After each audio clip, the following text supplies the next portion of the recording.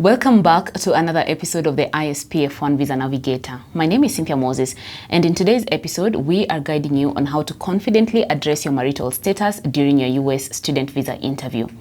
Being married is a normal part of many students' profiles.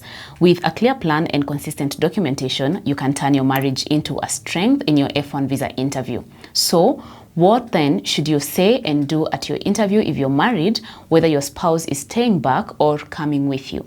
Let us start with the fact that your marital status is not a red flag and it does not hurt your visa chances. What matters is how you explain your situation. Whether your spouse will be staying behind or coming along with you, the key is demonstrating that you have thought through the logistics and that everything is in order. That's how you build trust with the visa officer.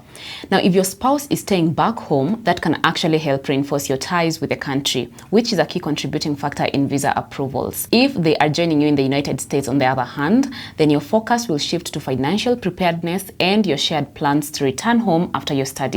Let's break down both of those scenarios. Scenario 1 is where your spouse is staying in your home country. If your spouse will remain home while you study, make that part of your story. It shows that you have a strong tie and someone waiting for you back home. You could say something like, "Yes, I am married. My husband will stay back home to continue working while I study.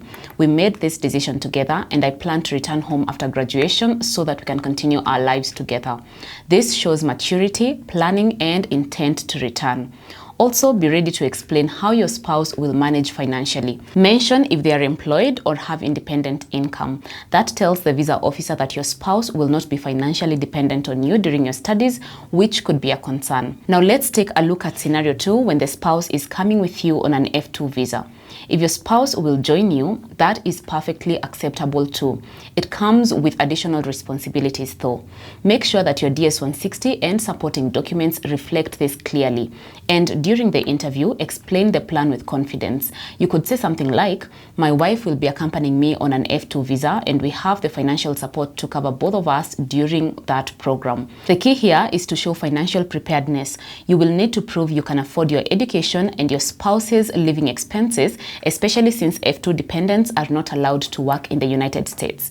And finally, don't forget to emphasize that both of you plan to return home. For example, "Once I complete my degree, my spouse and I will return to our country. We have family and future opportunities waiting for us there." Visa officers are focused on two things: your ties to home and your ability to fund your education without issue. So prepare accordingly. If your spouse is staying home, highlight that. If they are coming, show that you have financially planned for the both of you. The more specific and confident you are, the better. Remember that your paperwork should match your story. So before your interview, double check everything. Your DS-160 should clearly reflect your marital status and your travel plans. And if your spouse is coming, make sure that you have their details captured. If they are staying home, you can bring evidence of their employment or ties at home, even if the officer does not ask to see it. Being prepared will give you peace of mind. And remember, if asked, having a marriage certificate with you is always a good idea. Your mindset matters. So finally, let's talk about presentation. Be calm, be clear, and speak with confidence. Being married is just one part of your life, and it is just also one part of your story as a student. So speak about your spouse in a positive, matter-of-fact way. Just keep it simple and confident. There is no need to over-explain. If you are confident, prepared, and consistent, your marriage won't just be accepted. It will actually help to show that you are a responsible and committed applicant. So, whether your spouse is joining you or staying behind, you can absolutely succeed at your F1 visa interview. And if you're ready to take the next step forward and join the International Scholars Program, we are here to support you. All you need is a bachelor's degree with a 2.8 GPA out of 4, and for Ugandans, that is a 3.8 out of 5.